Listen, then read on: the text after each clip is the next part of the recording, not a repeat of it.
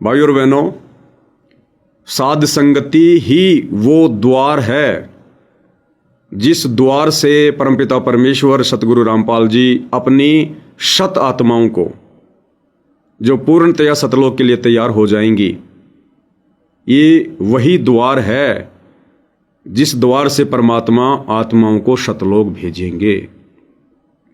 साध संगति से जुड़े बिना आप लाख जन्म भी नेक भगत नहीं बन सकते। आप कितना ज्ञान सुन लीजिए, कितनी बड़ी बड़ी बातें कर लीजिए, आप कितने बड़े कोऑर्डिनेटर का पद प्राप्त कर लीजिए, रिश्ते में चाहे आप गुरुदेव के बेटा कहलाइए, चाहे बेटी कहलाइए, चाहे उनके रिश्तेदार कहलाइए, चाहे आप उनके परम भगत कहलाइए, परंतु इस कलयुग की पिछली पीढ़ी में सतलोक जाने का एकमात्र द्वार साध संगति है।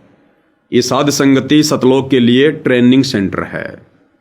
ये बात आज नहीं तो थोड़े दिनों बाद में सहज में समझ में आ जाएगी, क्योंकि सत्य को स्वीकार करना और पचाना बेहद कड़वा होता है, कठिन होता है। और जिन्होंने सत्य को सुनना और पचाना सीख लिया, वही अपने जीवन में सफल होते हैं। भाई और बहनों, आजकल सोशल मीडिया पर सतगुरु रामपाल जी की संगत को लेकर एक चर्चा विशेष जोर शोर पर है कि सतगुरु रामपाल जी के भक्तों की आखिर ऐसी दुर्गति से अकाल मौत क्यों।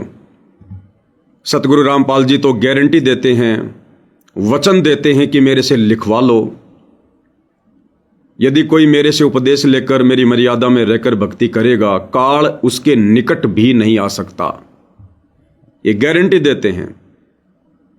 उसके बावजूद आम संगत की बात छोड़िए, आम संगत के ऊपर जो मसीहा बनकर बैठे हैं, जो आम संगत का मार्गदर्शन करते हैं, जिन्हें कोऑर्डिनेटर कहते हैं, उन लोगों की दुर्गति से अकाल मौत हो रही है। दुर्गति से एक प्रश्न चिन्ह खड़ा हो रहा है कि सतगुरु रामपाल जी की महिमा तो बड़ी बढ़ चढ़ के की जाती है कि वे साक्षात पर ब्रह्म हैं, पूर्ण ब्रह्म परमेश्वर हैं, उन्होंने सारी सृष्टि को रचा है।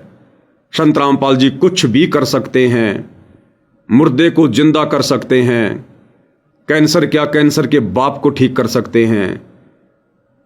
इस प्रकार की उनकी महिमा सुनकर उनके भक्तों के मुख से आम सामाजिक लोगों में एक सवाल खड़ा हो रहा है कि आखिर फिर संत रामपाल जी के मुख्य भगत इतनी दुर्गति से क्यों मर रहे हैं। आज से पहले भी लोग देख चुके हैं, जैसे मध्य प्रदेश के मंदसौर के कोऑर्डिनेटर देवीलाल मीणा, जिसकी संत रामपाल जी के कार्यक्रम के अंदर बजरंग दल के कुछ लोगों के द्वारा गोली मारकर हत्या कर दी गई। एक बहुत बड़ा सवाल खड़ा कर दिया, लोगों के बीच में चर्चा का विषय बना कि देवीलाल मीणा तो संत रामपाल जी का सत्संग करवा रहा था, मुख्य प्रबंधक था, क्या संत रामपाल जी अपने भगत का इतना भी बचाव नहीं कर सकते। सत्संग में आकर और उनके परम भगत को कोई गोली मार के चला गया। क्या कर रहे थे संत रामपाल जी, सो रहे थे क्या? उसके बाद जम्मू कश्मीर के स्टेट कोऑर्डिनेटर ताराचंद जी, जिनकी अकाल मौत हुई, उनकी भयंकर दुर्गति हुई, सवाल खड़े कर दिए कि एक स्टेट को संभालने वाला व्यक्ति, उसकी ऐसी दुर्गति से मौत क्यों। उसके बाद बिहार का स्टेट कोऑर्डिनेटर, जिसकी अकाल मृत्यु हुई, हार्ट अटैक से जिसकी मृत्यु हुई, राजदेव बाबू,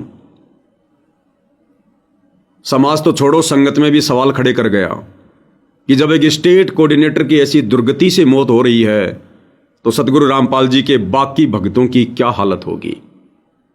मध्य प्रदेश में एक संभागीय कोऑर्डिनेटर जो पेशे से टीचर और अपनी पत्नी सहित फांसी लगाकर मर रहा है, पेशे से टीचर, ऊपर से संत रामपाल जी का परम भगत, एक संभागीय कोऑर्डिनेटर, और फांसी लगाकर अपनी पत्नी के साथ मर रहा है।